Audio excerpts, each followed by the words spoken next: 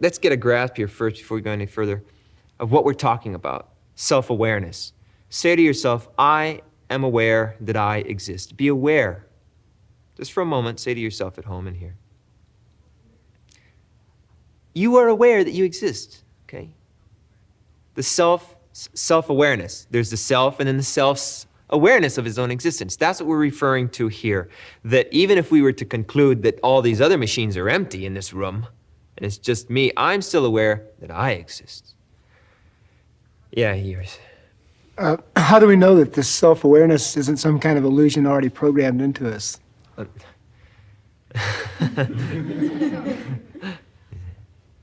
This is what a lot of scientists are saying, very influential scientists. They're saying that, in fact, self-awareness, the self, that is, I am aware that I exist, this inner awareness that I have that I exist, that in fact, this is just an illusion. This is just an illusion. The self is just an illusion, and self-awareness is just an illusion. It's actually just a characteristic of a complex machine. When a machine gets very complex or something, then this illusion of self-awareness comes about or something, okay? One very influential scientist in this connection, his name's Francis Crick. He's a co-discoverer of DNA. Very influential. He's writing in a very important scientific journal, the Scientific American. And listen to what he's saying here. This is basically what he's saying.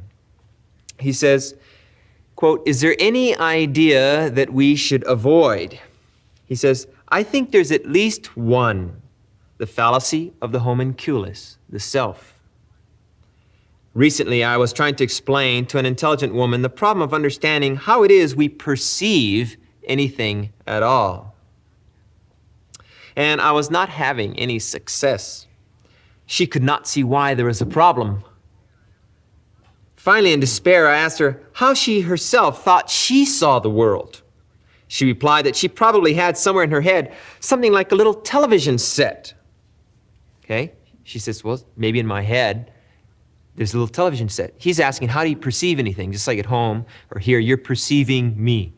Okay? And he says, well, how is this happening? How do you perceive anything? Well, maybe in my head I have a little television set. Maybe there's a little television set in my head. Okay? And then he says, so who, I asked, is looking at it? Who's looking at the TV? She now saw the problem immediately.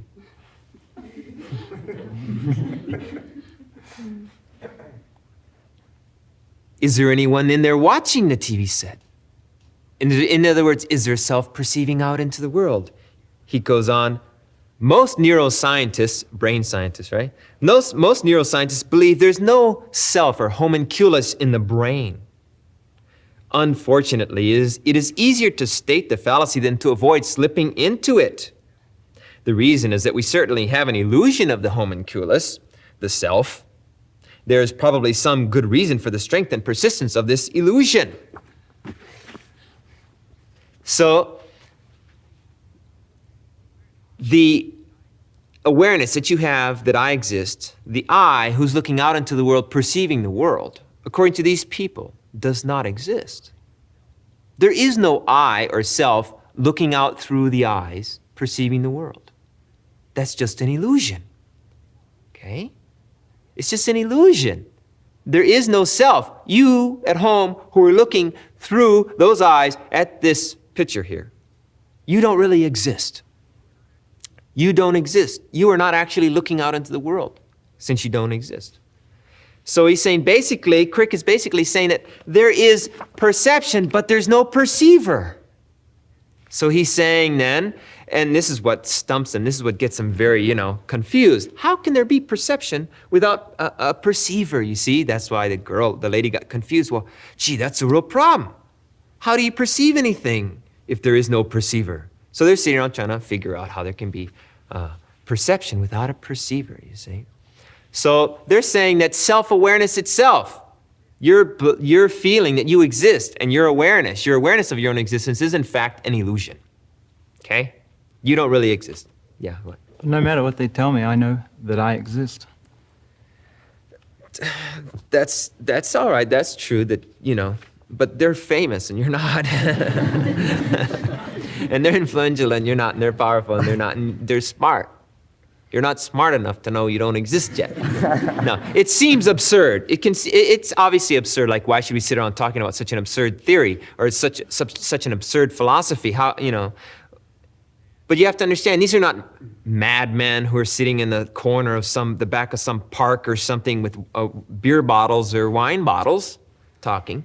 These are people like B.F. Skinner, who recently gave a talk at the, of all the heads of the psychologists and psychiatrists in America, practically speaking, the top people, thousands of them, and they give him a standing ovation. Okay. Francis Crick, there's so many of them, and they're very influential. And they are having influence in our society. They're influencing how we perceive ourselves and how we perceive others, how we see ourselves and how we see others. And there's a lot of negative consequences that are going to come about from this. We don't have time to go into that now, but yeah. Maybe the problem with these people is that they deny the existence of anything that they can't perceive with their That's right. If senses. they can't see it, then it doesn't exist. It's not real. If you can't see it, it's not real. That's their basic problem. In other words, basically they're materialists. A materialist is someone who they believe that there's only one energy in existence, matter. If something's not made of matter, then it doesn't exist. Okay. Now, what they've done is, as Crick said, most neuroscientists believe there's no self in the brain. What they've done, in other words, is they've gone in and dissected the brain, looking for you. Okay. They do it with living people who have epilepsy, and they're playing around with their brain or whatever, finding out about these things. Looking for, there's no one in there. There's just blood and this and that and little molecules here and there, right? But there's no little guy sitting there watching the whole show, There is no controller. There's nobody saying, I think I'll do this or, aiming that way or anything like that, okay? And since they haven't found anyone in there, they say there is no self. No one exists. Gee, you thought you were in the body, but you say you're in the body right now and you're looking out, you say you exist, but if we go rummaging through your brain and throughout the rest of your body, we're not going to find you. Therefore, you don't exist. Okay.